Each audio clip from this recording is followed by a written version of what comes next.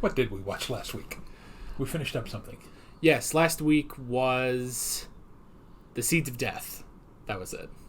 Oh, okay. Yes. Hey guys, Alex and Dad from 7th Hour Films back again with Doctor Who Classic. Last time on Doctor Who Classic, we had The Seeds of Death. What happened on that one? I'm glad you reminded me, because I'm watching something else. I get these, we've said 2 weeks after everybody else does, so I'm trying to remember. The Ice Warriors were transporting the little bubble things, which are supposed to reduce the oxygen, which is supposed to kill the people, and then they're going to, raise, hordes of Ice Warriors here on Earth. But Fushim, the guy who had survived the moon base attack, and supposedly was playing along with them, ultimately ends up sacrificing himself and helping everybody so that the Ice Warriors are defeated. Yes. So they were able to... Well, they had to get rid of all the fungus by using rain, and then they had to divert the Ice Warrior armada, and they diverted it into the sun. That's right. Where they all burned up and died. So... Okay.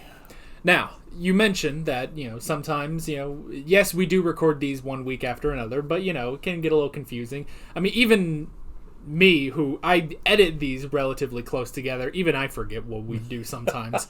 But we won't forget next time, because we're going to be recording the next batch of episodes tomorrow. Yes, we're going on vacation next week. Yes. So I have been doing a lot of videos ahead of time, and so now today we're going to be doing the first 3 parts of the Space Pirates, and then tomorrow we're going to be doing the next 3 parts of the Space Pirates. However, they're all just going to come out week by week for you guys. So yeah. So, the Space Pirates. This is our last recon, though, isn't it? This is it. Okay. The last of the recons. Today, like I said, we're doing episodes 1 to 3. Episode 2 is a complete episode. It's not on Amazon. In fact, none of this is on Amazon. They apparently refused to put the Space Pirates on there for some reason.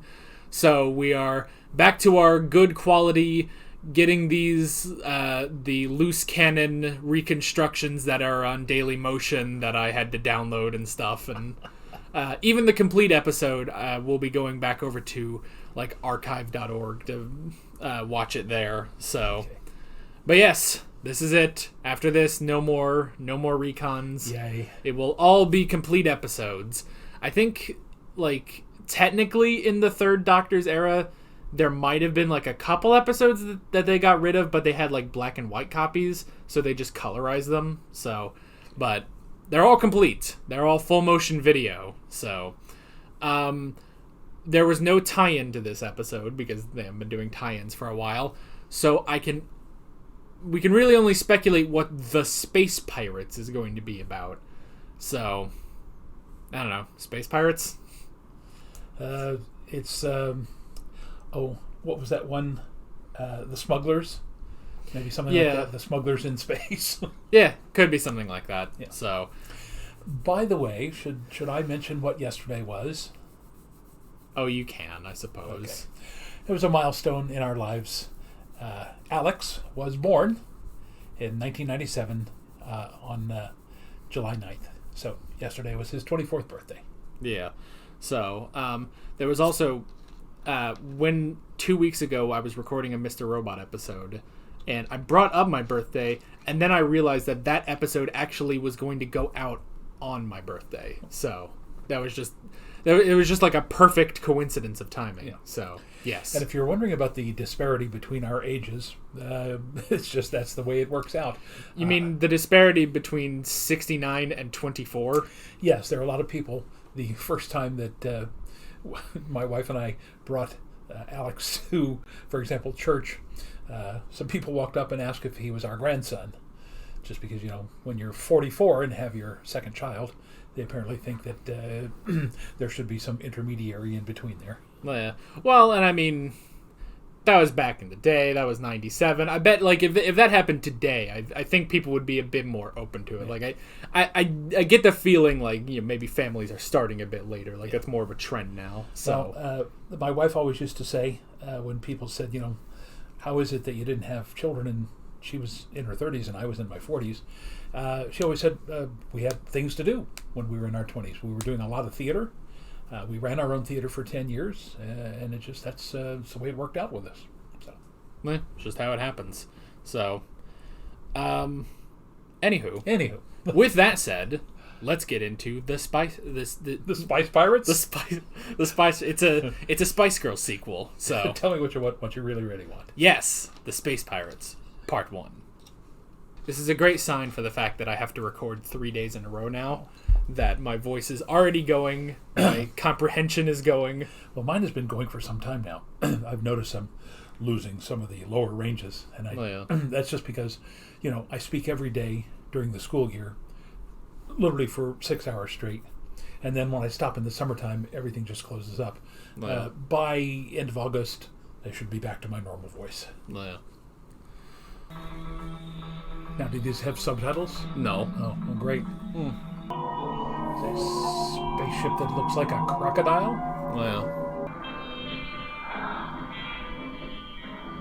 That doesn't look very securely wedged in there. Maybe it's got a magnet. Looks a little like Richard Branson's Virgin Galactic ship. Oh, you don't think this is a mechanical failure, sir? No, I don't. These beacons are practically foolproof. You got any ideas? Yes. The dark-haired guy sounds like an American actor. And I must if not, be he's right. got a really good American accent. Argonite.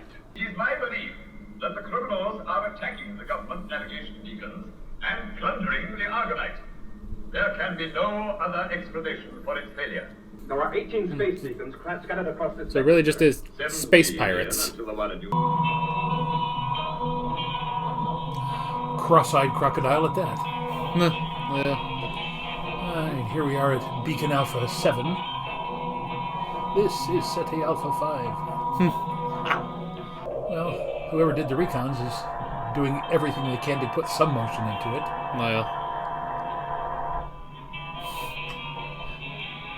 The door transitions are not perfect because it makes them look like giants. Check central flight information here and see if anyone should be out there. Right, sir. Change course for Beacon Alpha 7. Should we take our bets that that's the TARDIS? I want 10 seconds. Or I guess it could just be them. Anybody poking their nose aboard Alpha 4 will find plenty of trouble waiting for him. They're landing on Alpha 4, I bet, then. Interesting, a piece of old machinery. Yes, I've never seen a computer quite like this before, Jeremy. Looks like some sort of control room. What does it control? It's amazing that Jamie can I think we better get differentiate out between before old somebody and new catches us. machinery. Good idea. There's a door. Now, did they not notice that sneaking up because they were preoccupied? I guess. It looks like a fixed-beam transmitter. Well, that's it. Well, they'll be on their way back here by now. Then you better get moving. Even You takes the don't still want knockbacks. a beacon cutting up. Box back. That's what they came here to do. We give on it. Don't waste time. You know what's hilarious? Get on with it. They showed a smaller communicator with a unit, which was in like the 60s, compared to this brick. I am going to get that gang of murdering thieves if I have to spend the next 10 years out here. Yes, Lieutenant. Thank you, Come along Captain for the Ahab. toy section. I don't like that one guy's not holding on at all. Beacon should blow any second now.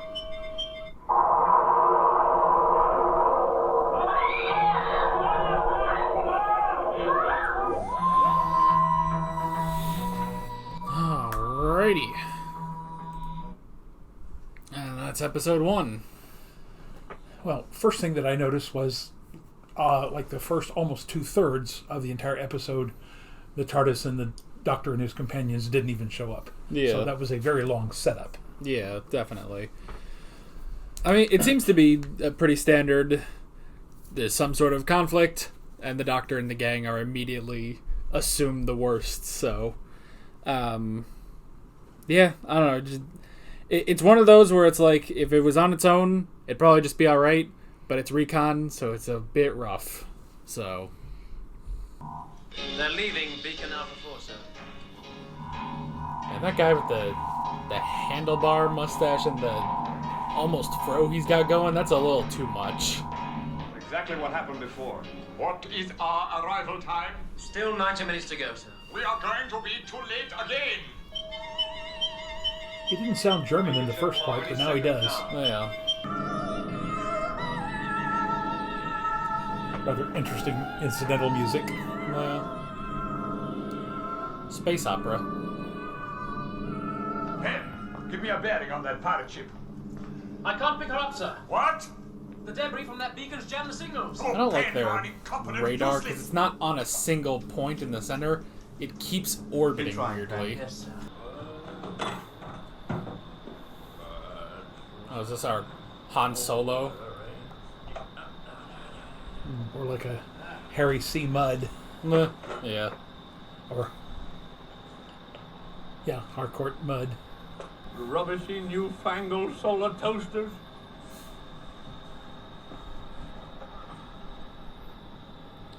You know, when you go to space, you don't expect plaid. She's a real old-timer. She's been afloat for about 40 See the years. shadow on his collar there? Mine That's from the old boom Clancy, mic. I might have known. Not aimlessly. There appear to be rockets attached to each part of the machine. And they're all moving along together. But as you know, Jamie, when something explodes in space, all the pieces separate and go on separating indefinitely. But this machine has separated just so far, perhaps a mile. And now, as I say, they're all moving along together at the same speed. Not only do I think that Milo Clancy is in league with the Argonite pirates, I think he is the mastermind behind the whole organization, which is precisely why I let him go. I don't think that guy can be a mastermind of anything, really. Interesting, a flat spaceship like that. Meh. Supposing I could step up the electromagnetic power enough to bridge the space between this section and the next. Do you mean draw it towards us? Yes, and then repeat the process with each section, and so on until we reach the TARDIS. Hey, well, do you think you could do it? Well, I've got a screwdriver. I've got But a it's slight not a sonic knowledge of screwdriver. electromagnetism. Yeah. Yes, there's... Space opera is getting a little annoying. 1300? Well, because of the rumors connecting him with the death of your father, Domisigri. Well, I tried to prove that at the time, but nobody knows what happened between them, so now I prefer to forget it. But you took over the Argonite holdings from your father. They're putting a and split lot away on from this Clancy. space hillbilly. And now you run the most... Come here now. You two better hold on. Do you think they're going to be involved with the plot at any point? Yes, right. Whoops. Oh, no, you don't. Jamie, no! You murderer!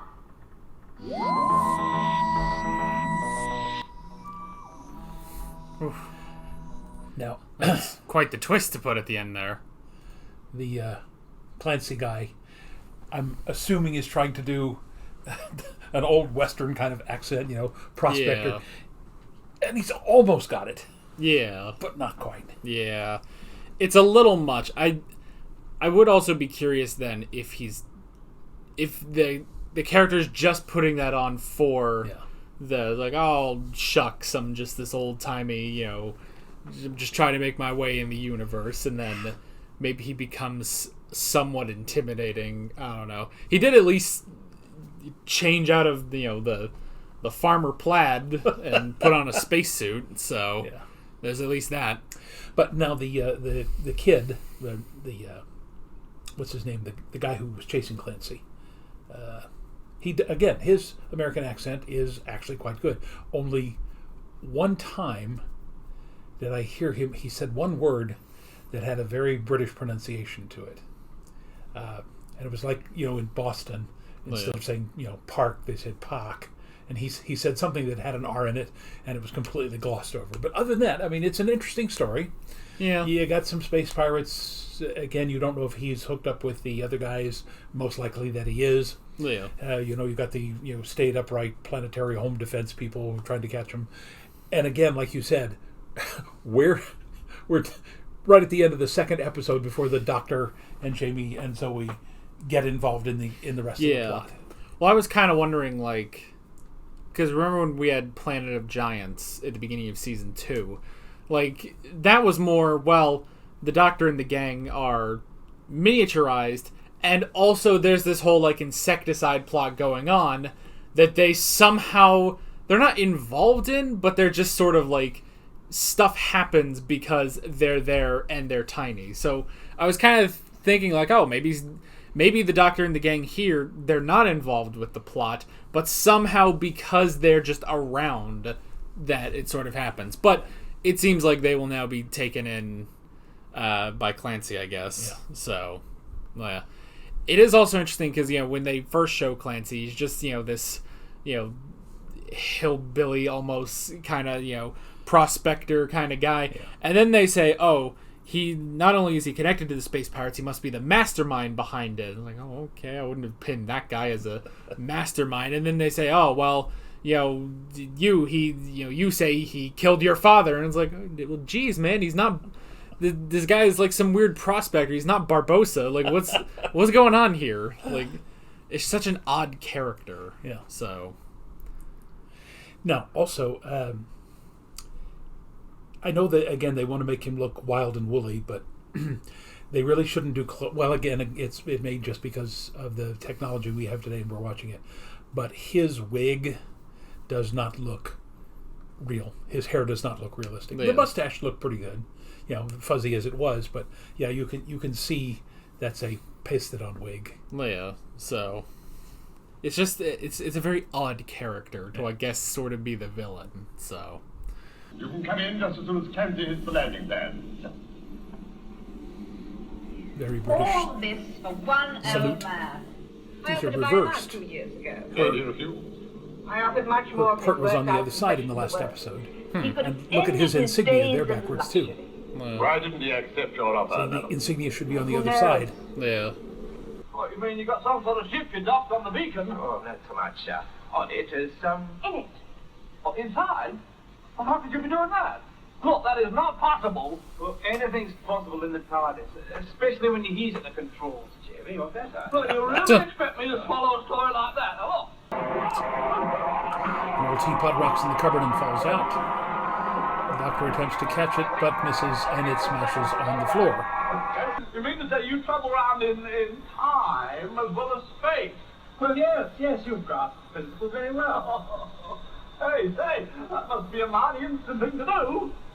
It would be if we knew we were going to land up every time. It's just a minor fault in the system. We put it right in time. There's something I don't understand. Well, you're very lucky, girl. There's about 100,000 things I don't understand, but I don't stand around asking full questions about. How did that happen? I don't know yet, but I mean to find out. May I have an Again, operator reversed. video channel a while longer? Of course. Thank you. And General Herman, Regular there. E41.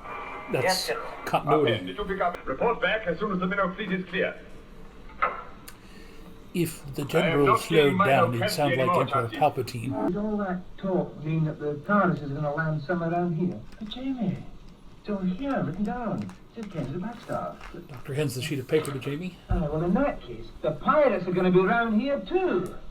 Yes, Jamie, you're right. Don't know if Jamie would have known how to read and write. Nah. I think I saw a comment that said Victoria taught him how to read. Clancy grabs his gun and hurries out. Well, I finally figured out who he reminds me of, the doorkeeper in the Emerald City in The Wizard of Oz. Ain't nobody gonna see the wizard, ain't no how. Ain't no way, ain't no how. So he spots an opening in the rock wall and goes through it. As Jamie and the Doctor follow her, they all fall down a dark mine shaft.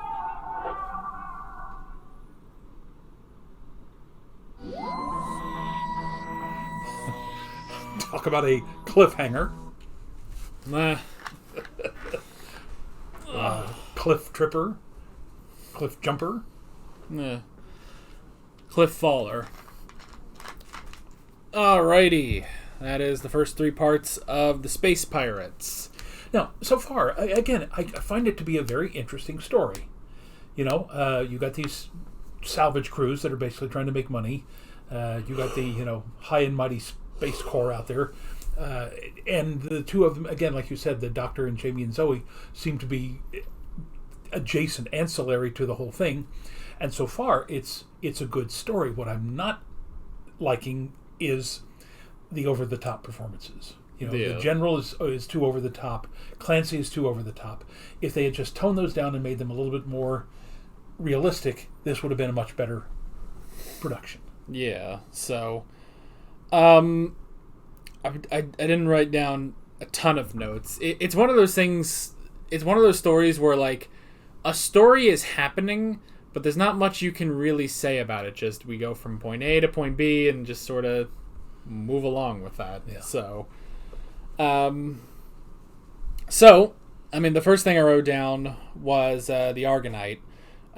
So it's this super expensive, super good metal that apparently makes everything. So there must be a huge abundance of it, but even still, it's super expensive, and there are pirates stealing it constantly.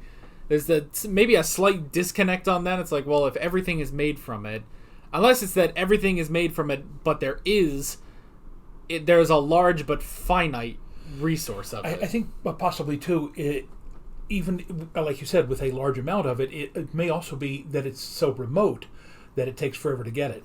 But that said, even today, you were probably aware that copper, which is a completely ubiquitous kind of metal all over the United States, people here in the Oklahoma City area are known to go into like housing additions that are being constructed and literally ripping the copper wiring and the tubing and the pipes and everything out of these homes under construction and then taking them and selling them because you can get a lot of money for that kind. And apparently there's not a whole lot of show me where you bought this or why. So I mean, the recycling companies take it and they pay for it. So I mean, again, it's a rather interesting story. I don't know of anything happening in the late '60s about stuff like this. But again, I like the story. I just think it's overdone at this point. It would have been much more believable with more toned down characters. Yeah. So, but yeah, and I guess they do even mention copper too. That Argonite is like the polar opposite of copper, basically. Yeah. So they can, I guess, repel each other. And I'm sure that will come in handy somewhere in the next 3 episodes. Probably somewhere. As well as the magnetic thing. Now, one of the things that puzzled me, they took a lot of time focusing on the broken teapot. Yeah. Which leads me to believe that somehow that's going to come into play somewhere along the line too. You would think that. But then didn't Zoe make tea anyway? So I don't remember. I think she made tea anyway, despite the fact that the teapot was broken. So I don't know. It could have been that because they had to do the text across the screen about the teapot, that maybe it wasn't actually there as much as we thought. So it could just be there. But you're right. They did emphasize the teapot being broken in that landing. So the fact that there was a shot of the teapot on the shelf and then the broken one and then Jamie mentions it and and then somewhere either that or it's a huge red herring, which is really sad if it is, because we're sitting here going, what about the teapot? Yeah, could just be looking too far into it. Yeah. Let's see. Well, we had the unmanned satellites, which was kind of interesting. So, I mean, it's kind of strange that it's like, okay, so they just break up the sections and then just have the sections move. What exactly, was there anything in the sections specific? I guess it was the Argonite. Yeah. So, it's just that, I guess, in the section where the TARDIS landed and the section that they ended up in, there just wasn't any Argonite there. So, well, unless they were made of Argonite. I think that's it. I think there's Argonite in them, and that's why in that scene in the cave you saw them being sliced up and melted down. So again, the question here becomes then, why didn't they just try to steal the entire thing and pull it? But instead they broke it up into pieces. All the pieces stayed together, and then to me that seems to be very easy to track. Yeah. So they do kind of mention that a bit. Maybe they don't realize that all the pieces are technically staying together. So maybe they're thinking, well, it breaks up. They grab, one and then bring it. And they say, oh, well, if we could just track, the right one, then we could find where they are, where their base is. And they say, no, that's impossible because we don't know which one. There's like 12 of them on one satellite. It wouldn't work. But they don't know that all of those specific pieces are going to the same planet. So, yeah, I guess it's something like that. let's see. We have Clancy and the Space Corps and his story about the mining floaters. So, I mean, I guess with this being sort of the pirate base, I guess that does sort of prove that Clancy is involved somewhat. I'm not sure if he's the grand mastermind of this, or if he's just sort of, if he's just sort of a trooper, basically, one of the other pirates. So, he's definitely a character that's too much. So it's like, okay, so like a couple of them, you're right, have either they hired an American or they just got a really good British person who could do a really good American accent. But this guy is not doing that. Yeah, he's a little too much of the shucks, like it's not exactly working out for him. There was a character actor in the 50s and early 60s named Walter Brennan, and he sounds a lot like that. He's just that kind of old prospector, and I got to go down to the barn and see what the cows are doing. And and again, I can see how that they would think that was the way Americans talked. But even in an American sitcom, Walter Brennan's accent was a little over the top. Yeah. Now, again, I like this script as a director, though. I would have gone to these actors and said, no, we need to play this a little more realistic. Yeah. Because that's what's throwing me off is just, it's too broad. Yeah. Well, then when you combine his acting just with his outfit, like, it's so strange. Like, like he had the one pirate outfit for like 5 seconds, but then he's back in the plaid and the space jeans, and he's got his ridiculous mustache and everything, and it's like, this guy isn't a pirate. He's a redneck in space, and that's... You wouldn't get that in space, I wouldn't think. You wouldn't think, yeah. Yeah, so he's just a very strange character, and especially because, like, if he was just there, that would be one thing. The fact that they're trying to make him, like, no, this is the villain of the episode, like, he's the leader of the space pirates, he killed the one general's father or something. It's like, okay, if you know what, I'll just say, if you were killed by this guy, you probably deserve to die, because that's pathetic. Did he kill the general's father or Madeline's father? Because I thought it was... It was Madeline's father. Yeah. I didn't remember her name. And by the way, a rather abrupt introduction of Madeline. We didn't say, hey, we're going to go down and talk to the leader of the colony or whatever, but it just suddenly he's talking to her, and I thought, wait a minute, is she on his ship? Or where? That made very little sense to me. Yeah, I'm not sure. I figured they went to, like, her ship or something. Yeah. Now, that's the thing, is she on a ship, or is she down on the planet and he went down to visit her on the planet? That was not very well scripted at that point. Yeah, I suppose it could be on the planet itself, because that's what Clancy said. They were going to that planet specifically because that would be the last place that they would think they would go. Yeah. Basically just hiding right under their noses. Yeah. So I guess it could be something like that. Yeah. So let's see. It's interesting they also mention how lack of oxygen doesn't affect the Doctor as much. Obviously it was affecting him, but it didn't affect him as much. I mean, again, we're 6 years into this, and they still really haven't established, like, next to anything about what species the Doctor is or anything. Yeah. He's, like, the only thing we've ever gotten is just the monk is just someone else from his world, and that's about it. Yeah. But we still haven't gotten anything about Time Lords or, Two Hearts or any of his biology. But it's interesting that he mentions that, because that will technically be brought up again with the 12th Doctor, where there's a point where he basically has to go out in the vacuum of space without a helmet. And he actually can last out there for, maybe like 5-10 minutes without any oxygen, but it ends up rendering him completely blind. So it's just interesting, just the little steps. 6 years in, it's very little steps to... I did notice that Troughton was really sweating, though. in that scene, because there was a trickle of sweat, a bead of sweat coming down the side of his face when he was trying to rally Jamie and Zoe there. Yeah, so let's see.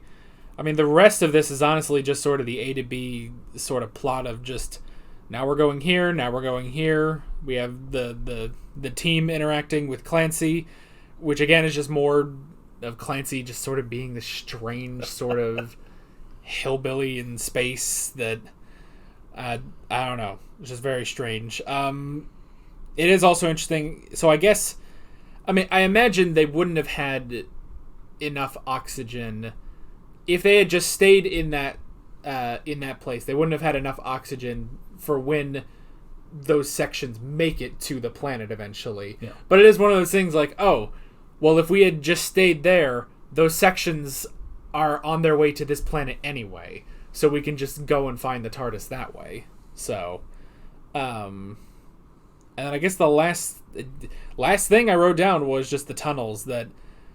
Now I thought they said it was something like those pieces would land like 10 miles away from them or something. So it's not an exact place, but they definitely don't know the tunnels and are immediately going and falling into different pathways and stuff. So, but that's pretty much all I got for this one. So again, I'm looking forward to this. I'm glad we're going to be doing it tomorrow, so this will be fresh on our minds. Yeah. And again, we've had a lot of talk from a lot of the listeners about how Robert Holmes is one of the better writers as the series goes on.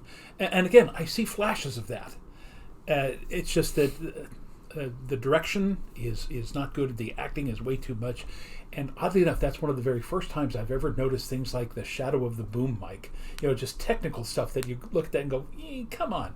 The director should be going, hey, wait a minute, we're going to have to film that one again because we got a shadow moving across this guy's face, and there shouldn't be any shadows inside of a spaceship. Yeah, so yeah, I mean, it is interesting. It really just comes down to the performances, and really, like, the general I could kind of give a pass to, but it's Clancy that pushes it a little too far over the top. So, and the general again sounded British, and then he sounded German, and then he sounded British again, which was very, very weird. It's because he's trying to do this strange, like, it's a commanding voice, definitely, but he's just it's weird because if this is a British actor, you think it would just be natural to play British. But then somewhere along the way, they were like, maybe it should be like kind of German. So maybe he tried it, realized it wasn't working, went back to British, or he's just a weird actor and just slipped into German somewhere. Hermack, that sounds somewhat of a Germanic name. The actor, though, had a very British name. I mean, he was like Rob somebody. Yeah, something like that. So, yeah, I don't know. But even him, like, I kind of give a pass to. I guess because he's not too focused on, like, he'll just sort of, a scene with him will just show up every so often. Yeah. But Clancy is a big, like, all right, this guy is very strange. Like, and you sort of made the reference to Harry Mudd at the beginning, but I don't know, like, maybe because that, I mean, I guess technically that was shorter. That was one episode, whereas this is 6 episodes with Clancy. But I don't know, just from the way that it's like, all right, here's this guy. We're just introduced to him, he's on this sort of rundown ship trying to eat his breakfast. He's got his plaid and his crazy, mustache and stuff. And then it's like, no, but he is the great space pirate who leads all the other space pirates and kills people. And it's like, this guy? Really? I feel like Jamie could take him in a fight. So. And now, again, one of the things that leads us to believe he's not the mastermind, and this is not an act, is that before he was contacted by the Space Corps, while he was sitting there getting ready to eat his breakfast, he was being pretty much a yokel, a hillbilly, a yahoo. Yeah. And then, he didn't, suddenly just put on the act and go, hey, it's me, what do y'all want? Yeah. So he was doing that beforehand. So, again, depending on how this turns out, that was leading us astray because there should have been him, getting down, getting ready for breakfast, and then when he hears the call, then he goes into his character. So yeah, I guess so.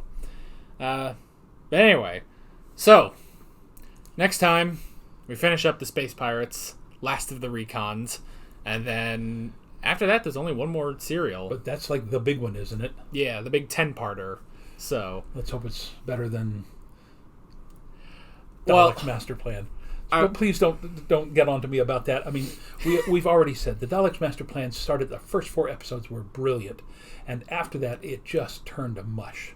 So I'm hoping the War Games will be a strong, solid thread leading up to John Pertwee. I mean, I was gonna say a lot of people have said that the War Games is really, really great, but they also said Power of the Daleks was really, really great, and speaking of the Power of the Daleks, there is... I'll just say... So some people perhaps are expecting a rewatch, us to give the Power of the Daleks a second chance.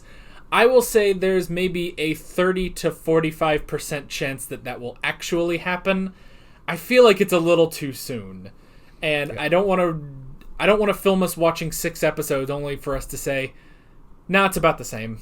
So if we ever do something with Power of the Daleks, A, it probably won't be soon, and B, don't get your hopes up on anything. So, yeah. I remember we're just a couple of guys who enjoy watching Doctor Who and riffing on it like this. Yeah.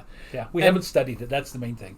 Is a lot of the commenters show that they've actually, it's not that they're devoted to Doctor Who, but they've studied it way more than we have. Be able to compare stuff from the 60s and 70s and 80s, and we're just going, hey, wait a minute. I've seen a couple of episodes of each Doctor, and other than that, I'm watching it for the first time. It's very, and that's also the thing of everyone here has had years to think about these stories. We literally, that's the whole thing about these reactions, is these are the initial impressions. So, and also, there was an idea that perhaps we could do, because we did one-off episodes for the 9th, 10th, and 11th Doctors. There was a thought that perhaps to sort of break up between the end of Troughton and the beginning of Pertwee, we could fit in 2 episodes of the 12th and 13th Doctors. So we could possibly do those. Yeah. I've got a couple episodes in mind for introductions for you to those 2 Doctors. So because I've literally seen nothing of Capaldi or Jodie Whittaker. Yeah. So, but yeah, I've got a couple ideas in mind for those. Because that's the thing, is that I've got like a couple ideas for the 12th Doctor. For the 13th Doctor, it would definitely be a historical episode, because those are actually, like, she has some of the best historical episodes in all of modern Doctor Who. Cool. So perhaps we'll do that as a sort of filler between 2 and 3 here. But yeah, you got anything else? I got nothing. Then we will be back tomorrow, but not because of the uploading. It'll be back next week. So we'll be back with the final 3 recon episodes to finish off the Space Pirates. So with all that being said, we're Alex and Dad from 7th Hour Films, and we will see you guys next time. Take care. Alright guys, thanks for watching this video. There's a bunch of links on screen if you want to go click around to any of those. There's 2 different playlists, one for all of our classic Doctor Who reactions, and one for all of my modern Doctor Who reactions. I mentioned those historicals for the 13th Doctor. You can go watch my reactions to those. There's also a subscribe button and a Patreon button, as well as other links in the description if you want to go check out any of those. See you guys next time.